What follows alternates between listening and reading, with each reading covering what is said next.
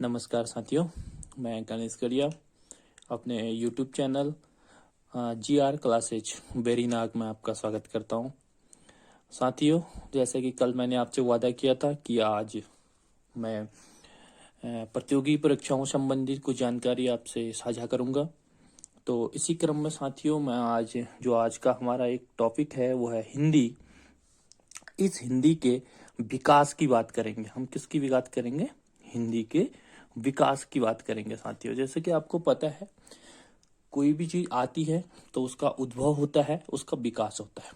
यदि हम इसके विकास की बात करें, हिंदी के विकास की, तो हम हिंदी के बारे में सर्वप्रथम कुछ जानकारियां, एक छोटी सी जानकारियां क्या करेंगे, आपके यहाँ साझा करने का प्रयास करेंगे। जो भारत में हिंदी है, यह क्या है? जो क्या है भारत में, क्या है भारत की जो क्या है हिंदी है साथियों। जो भारत की हिंदी है, इस भारतीय हिंदी के कितने परिवार है साथियों? 4 परिवार है। कितने परिवार हैं? 4 परिवार है। इसको आप थोड़ा सा ध्यान से देखिएगा, क्योंकि ये कभी कभी हमारे कॉम्पिटिटिव एग्जाम में पूछा जाता है कि हिंदी भाषा के कितने परिवार है, या इनमें से कौन सा परिवार छोटा है, कौन सा परिवार बड़ा है, या निम्न में से हिंदी भाषा का परिवार में से एक सदस्य कौन है। जो इसके परिवार के 4 सदस्य हैं साथियों, इन सदस्यों में पहला जो सदस्य है उसका नाम है भारोपी। क्या है? भारोपी। पहला हो गया आपका भारोपी साथियों। और दूसरा जो इसका सदस्य आता है वो आता है साथियों द्रविड़। क्या आता है? द्रविड़ आता है। और तीसरा सदस्य साथियों, जो तीसरे सदस्य के रूप में हम इस हिंदी भाषा के जानते हैं, उसको कहते हैं हम आस्ट्रिक। इसको हम किसके नाम से जानते हैं? आस्ट्रिक के नाम से जानते हैं। और जो हमारा चौथा सदस्य है उसे हम किसके नाम से जानते हैं? चीनी तिब्बती। चीनी तिब्बती के नाम से हम इसको क्या करते हैं? जाना जाता है साथियों। इसको किसके नाम से जानते हैं? चीनी तिब्बती नाम से जानते हैं साथियों। लेकिन साथियों, अब हमने कितने पढ़ ले? हमको पता चल गया कि 4 हमारे क्या है? भाषा परिवार है। लेकिन इनमें जो सबसे बड़ा जो भाषा परिवार हमारे भारत में है वो कौन सा है?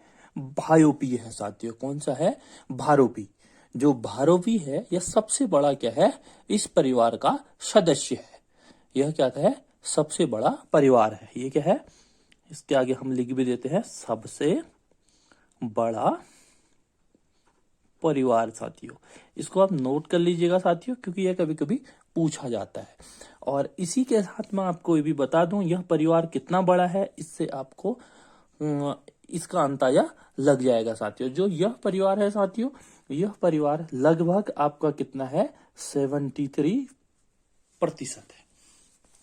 इसका जो परिवार है भायोपी का, यह 73% टोटल है। और यदि हम बात करते हैं सबसे छोटे परिवार की साथियों, तो सबसे छोटा परिवार कौन सा है आपका? हिंदी तिब्बती है। ये क्या है? सबसे छोटा परिवार। क्या हो गया? सबसे छोटा परिवार। और यह सबसे छोटा परिवार, यदि हम इसकी प्रतिशत की बात करें तो ये क्या है? 0.7% है साथियों। अब आपको पता चल गया होगा कि आपके जो हिंदी भाषा है, हिंदी भाषा के कितने हैं टोटल? कितने परिवार हैं? 4 परिवार हैं। जिन 4 परिवारों में से क्या है? एक परिवार क्या है आपका? भायोपी है, दूसरा द्रविड़ है, तीसरा आस्टिक है, और चौथा क्या है? चीनी तिब्बती है। यदि इसमें से पूछा जाता है साथियों कभी कि आपके हिंदी परिवार के सबसे बड़ा परिवार कौन सा है, तो वो कौन है? भारोपी है। और सबसे छोटा परिवार कौन सा है? वो है चीनी, वो आस्टिक है साथियों। शायद आपको इसमें कुछ समझ में आया होगा कि आपको जो ये जानकारी देने का मैंने प्रयास किया। यदि हम इसके आगे की बात करें, अब हम बात करते हैं हिंदी कालखंड के विभाजन की बात करते हैं। एक बार हम किसकी बात कर लेते हैं? हिंदी के कालखंडों के विभाजन की बात कर लेते हैं। इनके विभाजन के तौर पे हम यदि हिंदी को जानने का प्रयास करते हैं, पहले हम किसकी करते हैं? हिंदी काल का विभाजन। हिंदी काल का किसकी बात करते हैं? विभाजन की बात करते हैं, सॉरी। इसकी बात करेंगे हिंदी काल का विभाजन। यदि हम हिंदी काल के विभाजन की बात करते हैं तो यह प्रमुख रूप से कितने भागों में विभक्त है साथियों? यह भाग है 3 साथियों। तो यह 3 भागों में विभक्त है साथियों। यह तीनों भाग, अब हम जानते हैं तीनों भाग कौन से हैं। ये तीनों भाग बहुत ही सरल है साथियों याद करने में। पहला क्या है? पहला है प्राचीन भाग। पहला कौन सा हो गया? प्राचीन हिंदी। हम इसको किसके नाम से जानेंगे? प्राचीन हिंदी। जो इसका कालखंड है, पहला कालखंड क्या हो गया? प्राचीन हिंदी। और दूसरा कालखंड क्या हो गया? मध्यकालीन। आपको पता चल गया होगा साथियों कि दूसरा क्या होगा? मध्यकालीन। और इसी के साथ मैं जहां तक समझता हूं कि आपको तीसरा कालखंड स्वयं ही पता चल गया होगा, वो क्या होगा? आधुनिक हिंदी। इसको हम किसके नाम से जानेंगे? आधुनिक हिंदी। जैसे जो इतिहास के छात्र होंगे उन्हें जरूर पता होगा कि प्राचीन, मध्य और आधुनिक, क्योंकि हमारा इतिहास भी क्या है? तीनों जो भाग हैं इन तीनों भागों में बटा हुआ है साथियों। यदि हम इनके अब हिंदी की बात करें साथियों, यदि हम इन कालखंडों की बात करें तो पहला कालखंड कौन माना जाता है? 1500 से कहां तक माना जाता है? 500 ईसा पूर्व। साथियों ईसा पूर्व है साथियों, ये ईसवी नहीं है। ये ध्यान रखना कि जो प्राचीन हिंदी का कालखंड है वो ईसा पूर्व में है, और जो मध्यकालीन जो आपकी हिंदी का कालखंड है वह क्या है? 500 ईसा पूर्व से 500 ईसा पूर्व से कहां तक है आपका? 1000 ईस्वी तक है साथियों। अब देखना साथियों, यहाँ ईसा जो पहला, कभी भी आपको यदि पूछता है कि प्राचीन हिंदी का कालखंड कौन सा था, तो आपको क्या याद करना है? प्राचीन हिंदी का कालखंड हमेशा क्या था? ईसा पूर्व था। लेकिन जो मध्यकालीन हिंदी का जो कालखंड था वो क्या था? ईसा पूर्व से कहां की ओर? ईस्वी की ओर आया था। लेकिन यदि हम आगे की बात करें, आधुनिक कालखंड की बात करें, तो वो क्या है? 1000 ईस्वी से आधुनिक तक है। वहां तक है? आधुनिक तक है। तो साथियों आपको कालखंड भी बहुत अच्छी तरह याद हो गए होंगे। कालखंड याद करने का सबसे अच्छा तरीका क्या है? यदि हम प्राचीन की बात करें तो पर दोनों क्या होंगे? ईसा पूर्व में होंगे। यदि आप क्या करें, मध्यकालीन की बात करें, तो एक क्या होगा? ईसा पूर्व में होगा, दूसरा कहाँ? ईसवी में होगा, क्योंकि यहाँ पे ईसा पूर्व से हम कहा? ईसवी की ओर आ गए थे। अब यदि हम आधुनिक काल की बात करें तो वो क्या है? 1000 से आधुनिक तक है। तो साथियों चलिए हम आगे बढ़ते हैं थोड़ा, और हम बात करते हैं भाषाओं के विभाजन की। यदि हम कहाँ देखते हैं? प्राचीन हिंदी में देखते हैं, तो प्राचीन हिंदी में जो क्या था? भाषा 2 भागों में बटी हुई थी। कौन कौन सी थी? एक थी आपकी वैदिक संस्कृत, वैदिक संस्कृत, और दूसरी क्या थी आपकी? लौकिक संस्कृत। क्या थी? लौकिक संस्कृत। ठीक है साथियों। अब वैदिक संस्कृत मतलब जो हमने क्या किया? वेद पुराणों में जिसका यूज है। लौकिक संस्कृत का मतलब जो उस समय क्या होती थी? हमारे आम बोलचाल की भाषा में जिसका यूज किया जाता था, वो साथियों क्या है? आपकी लौकिक संस्कृति है, संस्कृत है साथियों। यदि हम तो इससे हमको एक चीज और पता चलता है साथियों कि जो प्राचीन हिंदी का स्वरूप था वो किसमें था? वैदिक हिंदी संस्कृत और लौकिक संस्कृत के रूप में था। यदि हम मध्यकालीन की ओर आते हैं, यदि हम मध्यकालीन की ओर आने लगते हैं, तो धीरे धीरे इसका स्वरूप क्या बदलने लगता है? बदलने लगता है। मध्यकालीन में सबसे पहले जो मध्यकालीन हिंदी में आया कौन? यहाँ पे आया पाली भाषा आई। फिर क्या आई? पाली के बाद थोड़ा परिवर्तित हुआ तो फिर क्या आने लगी? फिर आई प्राकृत भाषा। फिर प्राकृत के भाषा क्या आने लगी? अपभ्रंश आने लगी। क्या? सॉरी, क्या है? ये होगा अपभ्रंश होगा। सॉरी, इसको आप क्या कर लीजिएगा? थोड़ा सही नोट कर लीजिएगा। यह अपभ्रंश है साथियों। फिर अपभ्रंश के बाद जो अगली थी यहाँ पे वो क्या है? अवहट है साथियों। क्या है? अवहट है। ये क्या है? अवहट भाषा है साथियों। अब हम देखते हैं अवहट। यदि हम इससे थोड़ा सा आगे आते हैं तो अब हम कहाँ की ओर आते हैं? आधुनिक हिंदी की ओर आते हैं। लेकिन साथियों एक चीज आप देखना, जो हिंदी का सर्वप्रथम उद्भव है वो लगभग कहाँ से हुआ था? अपभ्रंश से हुआ था। जैसी अपभ्रंश होने लगी यह, क्योंकि यहाँ तक क्या थी, लगभग हमारी जो ये प्राचीन हिंदी थी यह संस्कृत के रूप में थी। प्राकृत भाषा तक भी क्या थी, संस्कृत के रूप में थी। लेकिन इसके बाद जैसी अपभ्रंश हुआ, अपभ्रंश से बाद अवघट, अवघट के बाद क्या होने लगी, हमारी हिंदी धीरे धीरे जो वर्तमान हिंदी है इसका स्वरूप आने लगा।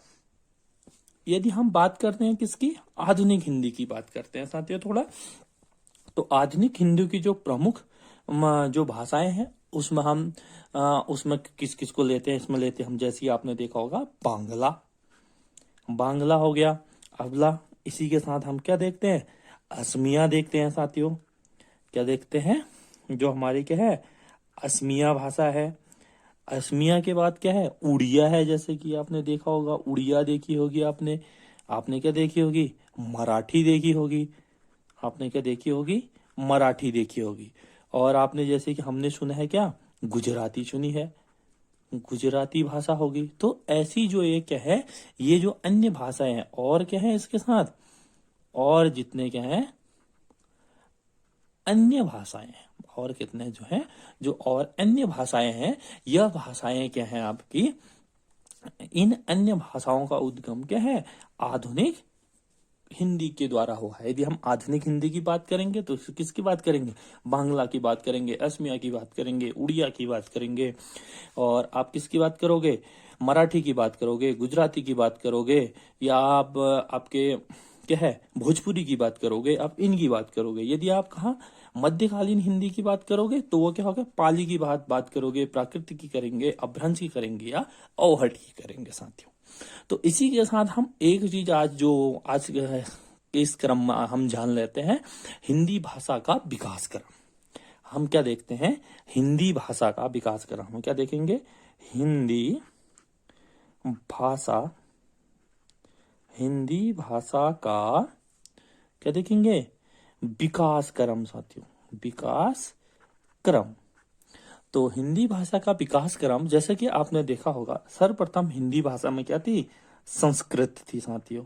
जैसे कि आपको ऊपर दिख रहा है, ये क्या थी, संस्कृत थी। कहाँ, प्राचीन हिंदी में थी, जिसको हम वैदिक कालीन हिंदी भी बोलते हैं। तो प्राचीन हिंदी के बाद क्या आई, आपकी पाली भाषा आई, ये आई ना साथियों। आपके मध्यकाल में पाली, पाली के बाद क्या आई साथियों, आपकी प्राकृत आई। क्या आई, प्राकृत भाषा आई साथियों। कहाँ पे आई, अभी मध्यकाल में आई। प्राकृत के बाद कौन सी भाषा आई साथियों, प्राकृत के बाद आपकी क्या आई, अपभ्रंश आया। क्या आया, अपभ्रंश भाषा आई साथियों। क्या आई, अपभ्रंश आई। अब अपभ्रंश के बाद क्या आई थी साथियों, यहाँ पे अवहट आई थी। क्या आई थी, अवहट भाषा आई थी। यहाँ पे क्या आई थी, अवहट आई थी साथियों। अब अवहट के बाद क्या आई, फिर हम यहाँ पे इसको देखते हैं प्रारंभिक हिंदी। कहाँ पे, प्रारंभिक या प्राचीन हिंदी, हम किसके नाम से जानते हैं, प्राचीन या प्रारंभिक हिंदी। और इसके बाद हम यहाँ पे क्या आएगा, आधुनिक हिंदी। क्या आ गई, आधुनिक हिंदी साथियों। अब आपको कभी कभी पूछता है साथियों इसमें कि हिंदी भाषा का विकास क्रम क्या है, तो वहां पे क्या देगा, अपभ्रंश के बाद अपभ्रंश का अवहट देगा, अवहट के बाद यहाँ पे सीधे क्या दे देता है, हिंदी दे देता है साथियों। ये कालक्रम याद करना, संस्कृत के बाद पाली, पाली के बाद प्राकृत, प्राकृत के बाद अपभ्रंश, अपभ्रंश, अपभ्रंश के बाद क्या, अवहट, अवहट के बाद क्या आती है, हिंदी आती है। और ये हिंदी को हम क्या दो भागों में इसको भी लेते हैं, प्राचीन हिंदी और आधुनिक हिंदी साथियों। साथियों अब हम एक दो चीजें देखते हैं, जैसे कि हम क्या देखेंगे, एक हम देते हैं जो हिंदी है, हिंदी आपकी लगभग विश्व में कितनी भाषाएं मानी जाती है, आपके 3000 भाषाएं मानी जाती है। इन 3000 भाषाओं में से क्या है, जो हिंदी है वो एक भाषा है।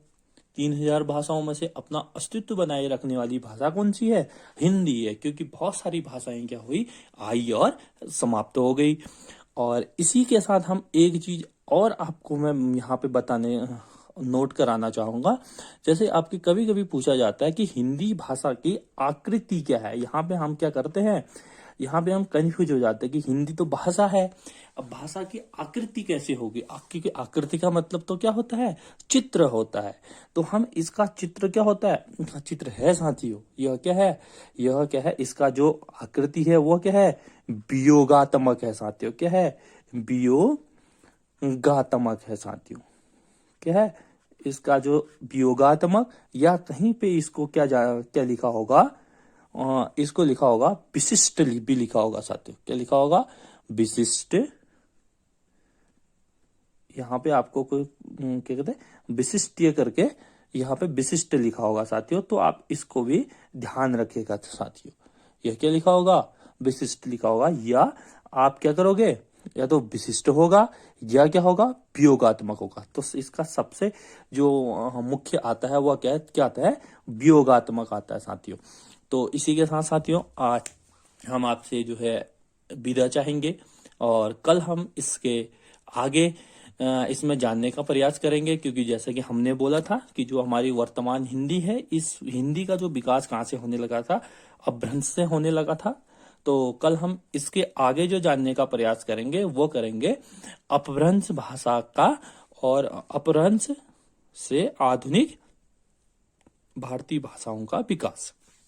क्योंकि माना जाता है कि अपभ्रंश के बाद क्या होने लगा था, इसके बाद धीरे धीरे छोटी छोटी भाषाएं जो है यहाँ उत्पन्न होने लगी थी। क्योंकि इस अपभ्रंश के कहते बहुत सारे भेद थे, जिसमें प्रमुख क्या थे, सौरसेनी, मगधी या अर्ध मगधी, खस इत्यादि जो ये थी, इनके बारे में कल हम विस्तार पूर्वक जानने का प्रयास करेंगे साथियों। आज के लिए आपसे विदा चाहते हैं परंतु एक बार मैं पुनः आपसे निवेदन करूंगा कि यदि आपने हमारे इस चैनल को सब्सक्राइब नहीं किया है तो कृपया इस चैनल को सब्सक्राइब कर लें और लाइक कर दें। धन्यवाद साथियों।